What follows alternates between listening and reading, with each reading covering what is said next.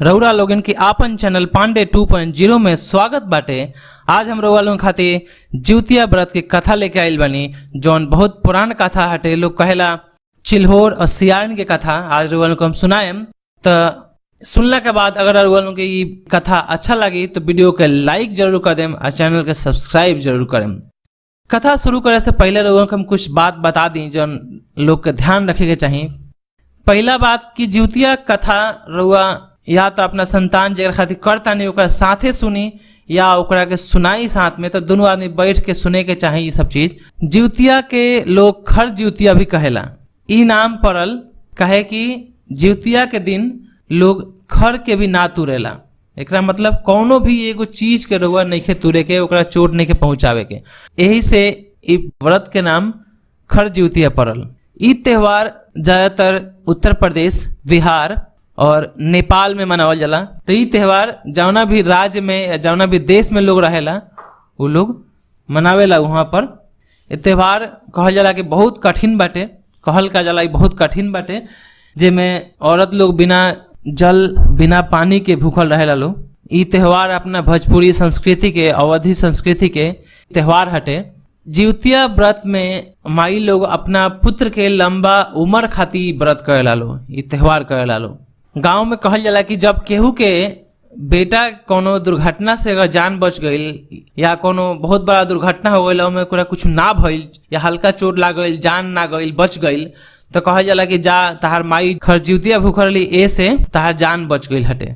अब चलिए हमसे कथा शुरू करता है इंसान। ये कथा बहुत पुरान लोग के, गाँव के लोग, मेहरारू लोग कहेला लो, पंडित जी लोग कहेला लो।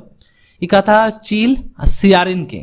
जंगल में एगो चील एगो सियारिन रहत रहली। ये दोनों जानी बड़ा अच्छा दोस्त रहे लो। उस जंगल में ये लोग एक साथ रहो लो, कोनो भी खाना ये लोग आओ लो तो अपन एक साथ बांट के खाओ लो। एक दिन वही जंगल से सटल एगो गाँव रहे। वो गाँव में कुछ मेहरारू लोग जिउतिया के कथा कहत रहे, जिउतिया भूख रहे लो। तो चिल्हो रोजी गई, चिल्ह गई रही। तो इनकरा सुनली कि अच्छा यहाँ कथा होता जिउतिया के। तो ये जिउतिया के बारे में पूरा सही से जानली, सुनली आ जिउतिया के का होला, का फायदा होला। तो इनका लागल कि जिउतिया कैला से अपना पुत्र के लंबा उम्र होई। तो ई बात उ अली सब सुन के, सब समझ के, या कैसे ई जिउतिया के व्रत कइल जाला, कब कइल जाला, कब पारण होला, कब भूखल जाला, इस सब के बारे में जाके उस सियारिन के बतैली कि ऐसे ऐसे जिउतिया व्रत बा, हमनी के भी करे के चाहिए। तो ये लोग अपन जिउतिया के व्रत कहला से लोग ठीक बा कइल जाई। तो ये चील आ सियारिन दोनों जानी व्रत कइलस लो। तो सप्तमी के नहा खा होला, ओकरा बाद अष्टमी के पूरा भूखल जाला बिना अन्न और बिना जल के, और नवमी के लोग पारण करेला। तो ये लोग अष्टमी के पूरा दिन भर अपन भूखा रहे लो। रात के का भइल कि जैसे का होला कि एमे लोग के भूख जल्दी लाग जाला, प्यास लागेला। तो यही से कठिन व्रत कहाला कि में पानी नहीं पिए के, खाना नहीं खाए के। तो सियारिन के का भइल, उनकरा भूख लाग गई रात के टाइम, भूख प्यास लागे लगल। अब वो कहली कि हम का करी। वो एकरा बारे में ना सोचली आ चल गईली जंगल में आ जाके मांस ले आके आ जंगल में आके आ नीचे बैठ के अपन खाए लगली। तब तक चील के सुनाई देहल कुछ आवाज कट कट के। तो पूछली कि सियारिन का आवाज आवता, कुछ पट पट कर कर कुछ आवाज आ रहल बाटे। तो सियारिन कहली कि कुछ ना, थोड़ा ठंडा लागता तो वह दांत कटकटाता रे। कहली कि ठीक बाटे, ध्यान रखिए, एथी के व्रत हटे जिउतिया के, आ बड़ा कठिन व्रत हटे, एमे कुछ खाए हुए के ना चाही। तो कहली ना ना हम कुछ नहीं खात। बोल कि ठीक बाटे। आऊ अपन एने खा लेली। चिल्होर के पता तो चल गई कि कुछ खैले बाड़ी, कुछ खा तारी। तो चील अपन पूरा रात भर पूरा भूखली। अब बिहान भइला नवमी के दिन अपन पारण कैली, अपन व्रत के समापन कैली। तो उनका सही सही पूरा व्रत समापन हो गई। आ सियारिन अपन राते के अपन व्रत के भंग कर दिली, अपन मांस खा लेली वो दिन। तो उनकर व्रत वो दिन टूट गई। ओकरा बाद कहल जाला कि जब उनकर दोसर जन्म भइल तो दूसरा जन्म में दोनों जानी बहिन के जन्म लेलस लो एगो राजघराना में। दोनों जानी के शादी भइल अलग अलग परिवार में, राज परिवार में। केहू के मंत्री बनल, केहू के राजा के बेटा शादी भइल।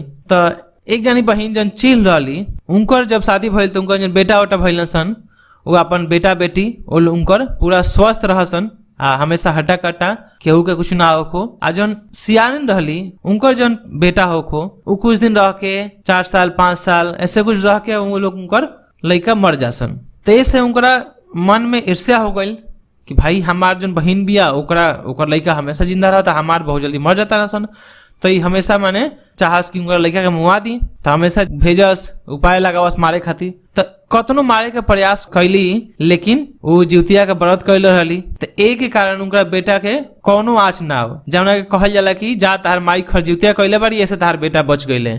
तो यही से उनका बेटा के कुछ ना भइल और वो स्वस्थ रहले सन, लेकिन इनका बेटा हमेशा मरसन। तो ई कतनो कुछ कैली कुछ उनका लड़का के ना भइल। बाद में इनका एहसास हो गई कि हम गलती कैले बानी, तो बाद में जाकर अपना बहन से माफी मांगली आ पूछली कि भाई ऐसे ऐसे बात बा, का केंगा एक उपाय बाटे कैसे ठीक होई। तो वह बतैली कि देखा पिछला जन्म में हमसे के चील आ सियारिन रानी सन, जेमे हम पूरा अपन व्रत सही से संपूर्ण कैनी, पारण कैनी नवमी के दिने, आ तू का कैलू, तू रात के टाइम पर मांस खा लेलू, तू व्रत के भंग कर देलू, ऐसे तार पुत्र सब मर रहल बा सन। तो कहली अब का करी, तो सियारिन के माने उ बतैली उनकरा के कि अब तारा फेन से जिउतिया व्रत के कर, आ जिउतिया व्रत के सही से कर। ओकरा बाद फेन से ओकरा बारे में जानली, जिउतिया के बारे में फेन कथा माने सब समझली, आ ओकरा बाद उ जिउतिया के पूजा फेन से कैली, आ अब की बार सही से कैली। ओकरा बाद से उनका जौन भी लड़का हो अब जीवित रहो, आ हट्टा कट्टा मजबूत रहो, आ कोनो लड़का के कुछ ना हो को।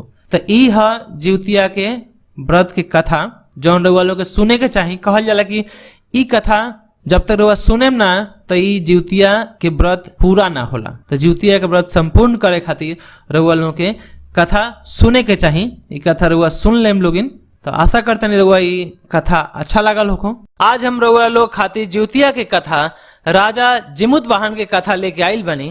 तो आज हम रउआ लोग के सुनावे जा रहल बनी राजा जिमुत वाहन के कथा आ गरुड़ के कथा। जिउतिया के कथा सुनत समय पे रउआ लोग के इहो कथा सुने के चाही। सतयुग में एगो राजा रहले जिमुत वाहन, गंधर्व राजकुमार रहले। एक दिन राजा जिमुत वाहन अपना पत्नी के साथे अपना ससुराल गईले। एक दिन का भइल, रात के टाइम पे एगो मेहरारू के रोवत के आवाज आइल। तो सुनला के बाद उनका से रहल ना गइल, दया आइल। तो उ राजा गईले वहां उ मेहरारू के सामने, और वहां जाके उ पूछले कि का बात बा कि तू रोवत तारू। तो उ मेहरारू कहली कि देखी हम नाग माता हई, नाग वंश के हम हई, कन्या हई, और गरुड़ रोज एगो नाग के बच्चा के रोज एगो खाला। हमने से यहाँ गरुड़ में नाग में एगो समझौता भइल बाटे, जेमे एगो नाग के रोज गरुड़ के हमसे देवे के पड़ेला ताकि उ खाओ अपन पेट भरो। आज हमरा बेटा शंखचूड़ के बारी बाटे और हमार अकेला एगो बेटा बाटे, ऐसे हम रोवतानी। राजा जिमुत वाहन सुन के उनकरा दया आइल। उ कहले कि कोनो बात नहीं, रउआ चुप रही, रउआ यहाँ बैठी, रउआ बेटा के हम रक्षा करेम, आ ए जगह पे हम जाएम, रउआ बेटा ना जाइए। राजा जिमुत वाहन का कहले, उनकरा जगह पे खुद एगो लाल कपड़ा में कहले कि लपेट डालू हमरा के, आ एक जगह पे जहाँ पे गरुड़ आवेला ले जाए खातिर वो जगह पे पहुंच गईले।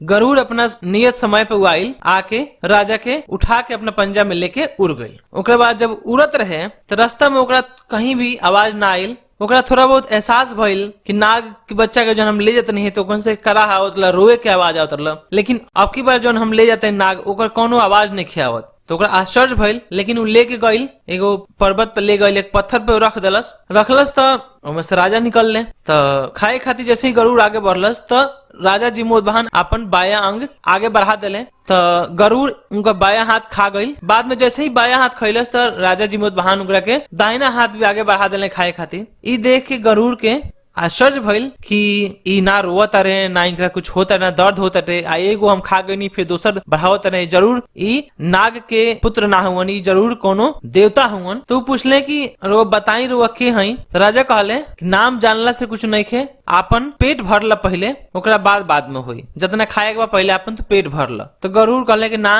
पहले आपन नाम बताई। तो वे राजा बतैले कि हम जिमुत वाहन हई, ऐसे ऐसे बात बाटे। बतैले कि हे कारण हम हे जगह पे आइल बनी। बतैले कि एगो नाग माता रहली जिन रोवत रहली, उनकर एगो बेटा रहे। उनकर रोवल देख के हमरा दया आ गई। तो हम कहनी चला एगो उनकर लड़का बच जाइए, उनकर जगह पर हमरा के गरुड़ खा जी हैं। तो ई सुन के गरुड़ के भी दया आ गई। आई परोपकार के भावना, मतलब दूसरा के सहायता करे के भावना देख के गरुड़ प्रसन्न हो गई, खुश हो गई। फिर गरुड़ कहले कि हम तारा ई परोपकार के भावना से हम खुश बानी, प्रसन्न बानी, वरदान मांगो कुछ। जिमुत वाहन वरदान मांगले कि जितना भी नाग के रुआ खैले बानी सब नाग के जिंदा कर दी, अब से रुआ वरदान दी कि रुआ आज से कोनो भी नाग के रुआ ना खाएम। तो गरुड़ आशीर्वाद दिले, वरदान दिले, कहने के ठीक बात से हम कोनो भी नाग के हम ना खाएम। ओकरा बाद जौन भी जन मुअर रहलन सन जो नाग, ओकरा खातिर गरुड़ उड़ के जाके अमृत लेके अइले। अमृत लेके उ सब हड्डी पर अमृत छिड़क दिले। उनका आशीर्वाद से, भगवान के आशीर्वाद से ई जितना भी लोग मुअर रहेलो सब जिंदा हो गए नाग लोग। तब से ई जिमुतवाहन के कथा लोग सुनेला जिउतिया में, जेमे राजा जिमुतवाहन एगो सांप के, एगो नाग के वंश के एगो बच्चा के बचैले हु। आज हम लोग खातिर जिउतिया के गीत लेके आइल बनी। ये लोग सुनी लोगिन। ई लोग जिउतिया के कथा सुनला के बाद ई गीत लोग गावेला, जेमे लोग अपना संतान के नाम रख के लोग एकरा गावेला। जितना संतान होला ओकर नाम रख के लोग गावेला। तो चलिए एकरे के हम थोड़ा सा रुआ के सुनावत तानी। अगर रुआ ई गाना अच्छा लगी तो चैनल के सब्सक्राइब कर देम और वीडियो के लाइक जरूर कर देम। ए अरियार का बरियार जाके राजा राम जी से कही हा कि राउर माई भूखल बारी जिउतिया, राउर माई भूखल बारी जिउतिया। मारे के आई हा मारा के जने आई हा, मारे के आई हा मारा के जने आई हा, सभवा से जीते के आई हा कि राउर माई भूखल बारी जिउतिया, राउर माई भूखल बारी जिउतिया। ए अरियार का बरियार जाके भैया लक्ष्मण से कही हा कि राउर माई भूखल बारी जिउतिया, राउर माई भूखल बारी जिउतिया। मारे के अइह मारा के जनी अइह, मारे के अइह मारा के जनी अइह, सभवा से जीते के अइह कि राउर माई भूखल बारी जिउतिया, राउर माई भूखल बारी जिउतिया। ए अरियार का बरियार जाके भैया भरत से कही हा कि राउर माई भूखल बारी जिउतिया, राउर माई भूखल बारी जिउतिया। मारे के अइह मारा के जनी अइह, मारे के अइह मारा के जने अइह, सभवा से जीते के अइह कि राउर माई भूखल बारी जिउतिया, राउर माई भूखल बारी खर जिउतिया, कि राउर माई भूखल बारी जिउतिया।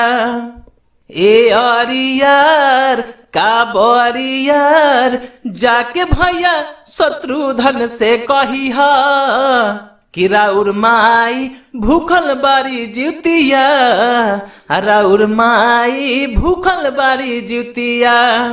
मारे के अइह मारा के जने अइह, मारे के अइह मारा के जने अइह, सभवा से जीते के अइह कि राउर माई भूखल बारी जिउतिया, राउर माई भूखल बारी जिउतिया, कि राउर माई भूखल बारी जिउतिया, राउर माई भूखल बारी जिउतिया। यह गाना में जहाँ राम जी के, लक्ष्मण जी के, भरत जी के, शत्रुघ्न जी का जहाँ नाम बटे, वो जगह पे रउआ लोग अपना अपना संतान के नाम रख के ई गाना के गा सकता नहीं।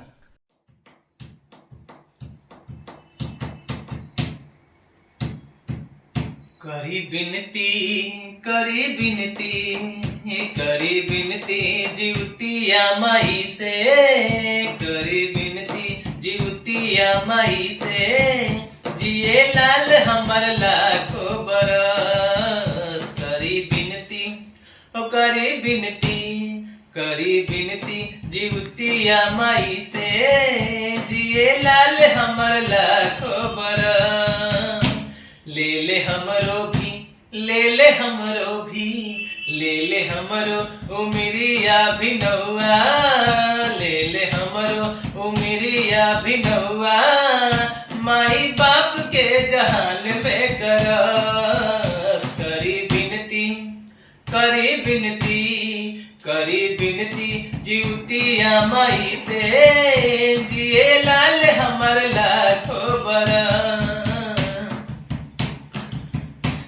करियर बरियार के पूजैया बबुआ प हमरे नजर फेरी हमैया।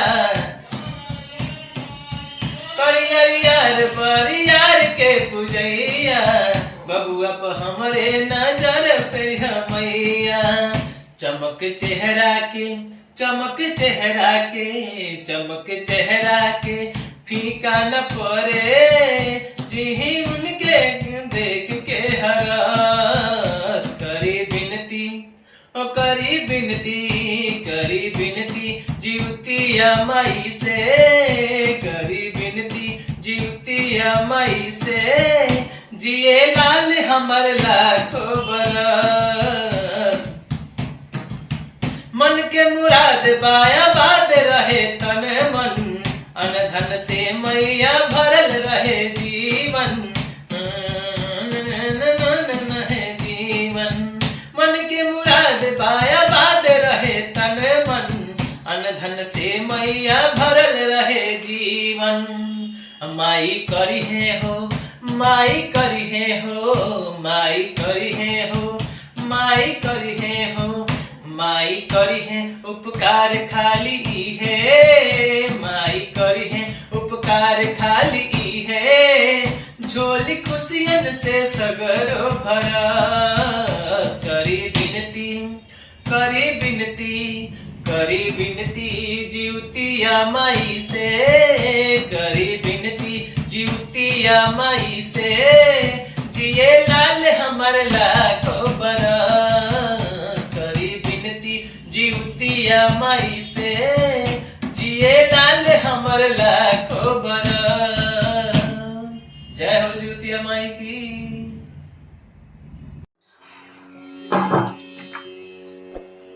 पंडित जी घर पे हैं? हाँ है, आ जाओ अंदर आ जाओ। कुछ काम था, कुछ पूछना था उनसे। राम राम पंडित जी। राम राम राम राम। आइए आइए बैठिए। पंडित जी माई भेजली है पूछे खातिर कि जिउतिया कब हटे हैं। देखिए जिउतिया इस बार जो है ना वो 25 तारीख को 25 सितंबर को मनाया जाएगा।